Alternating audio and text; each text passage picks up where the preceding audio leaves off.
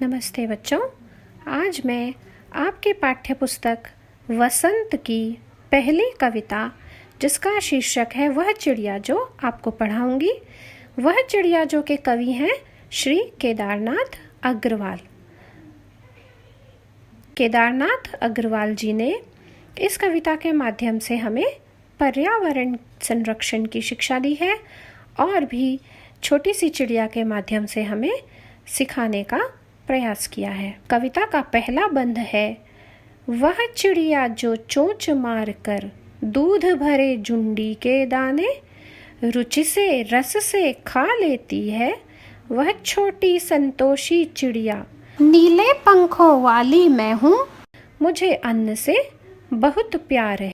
यहाँ एक शब्द है जुंडी। जुंडी का अर्थ है जौ। जौ एक प्रकार का अनाज है। तो छोटी सी चिड़िया है जिसके कि पंख कैसे हैं बच्चों? नीले रंग के पंख हैं।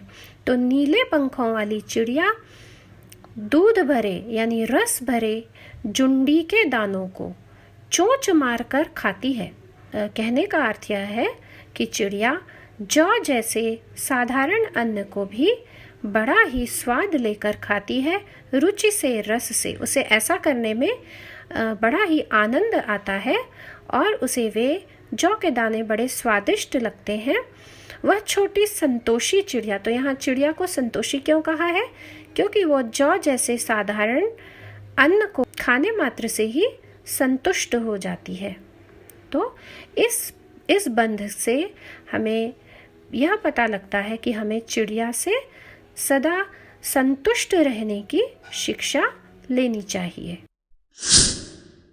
कविता का दूसरा बंध है, वह चिड़िया जो कंठ खोलकर बूढ़े वन बाबा की खातिर रस उंडेल कर गा लेती है, वह छोटी मुँह बोली चिड़िया नीले पंखों वाली मैं हूँ, मुझे विजन से बहुत प्यार है।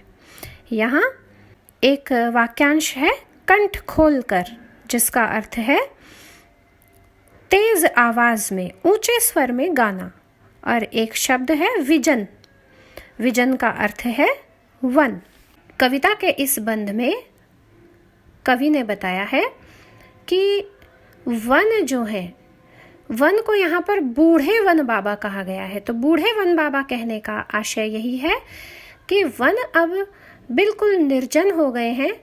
पुराना सा कोई वन हो सकता है और उस वन में कोई भी आता जाता नहीं है, क्योंकि मनुष्य यहाँ पर थोड़ा सा शहरीकरण की ओर कवि का संकेत है। शहरों से लोगों को इतना प्यार हो गया है कि अब कोई भी वनों में नहीं जाता, वनों से प्रेम नहीं करता। तो छोटी सी चिड़िया, नीले पंखों वाली चिड़िया क्या करती है?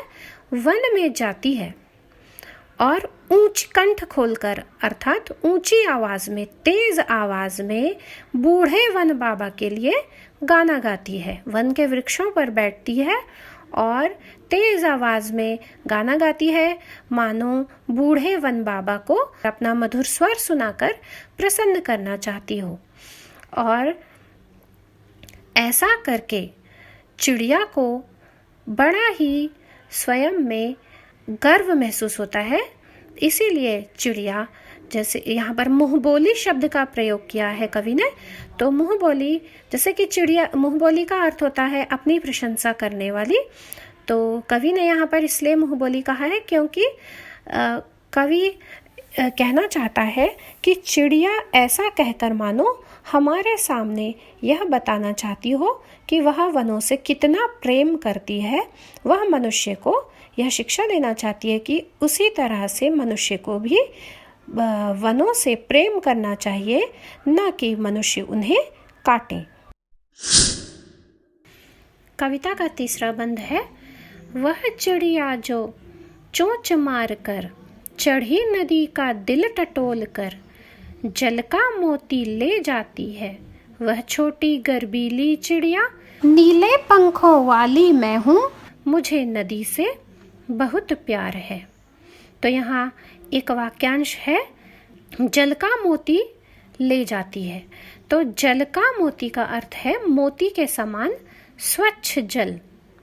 और यहाँ पर एक वाक्यांश और है, चढ़ी नदी का दिल टटोल कर। तो चढ़ी नदी का दिल टटोलना, जिसका कि अर्थ है बच्चों उफनती हुई नदी में जल की गहराई का अनुमान लगाना। कवि कहते हैं कि चिड़िया सबसे पहले चढ़ी हुई नदी का, मतलब नदी में पानी बहुत अधिक है, तो चढ़ी हुई उफनती हुई नदी में आकर पहले चोंच मारती है और नदी में पानी की गहराई का अनुमान लगाती है, और इसके बाद वह मोती के समान स्वच्छ जल को पी लेती है। और चिड़िया ऐसा करने में अत्यंत ही गर्व महसूस करती है। अब प्रश्न यह है कि चिड़िया ऐसा, पानी पीना कोई बड़ी बात तो नहीं है, नदी में से पानी पी लेना, तो चिड़िया इसमें फिर गर्व क्यों अनुभव करती है?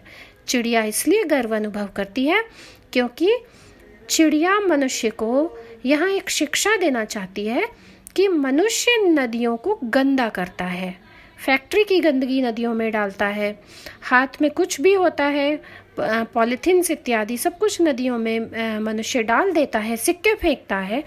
तो इस प्रकार वह नदियों को, शहर का पता नहीं कितना कूड़ा कचरा डालकर गंदा करता है। तो कवि कहता है कि छोटी सी चिड़िया के माध्यम से हमें यह सीख लेना चाहिए कि नदियों को हम गंदा न करें। तो इस प्रकार पहले बंद में कवि ने हमें बताया कि हमें अन्न का निरादर नहीं करना चाहिए, अन्न का आदर करना चाहिए, अन्न से प्रेम करना चाहिए और संतुष्ट रहना चाहिए। दूसरे बंध के माध्यम से कवि ने हमें बताया कि हमें विजन से, वनों से प्रेम करना चाहिए। और तीसरे बंध में चिड़िया के माध्यम से कवि हमसे कहना चाहते हैं कि हमें नदियों को गंदा नहीं करना चाहिए।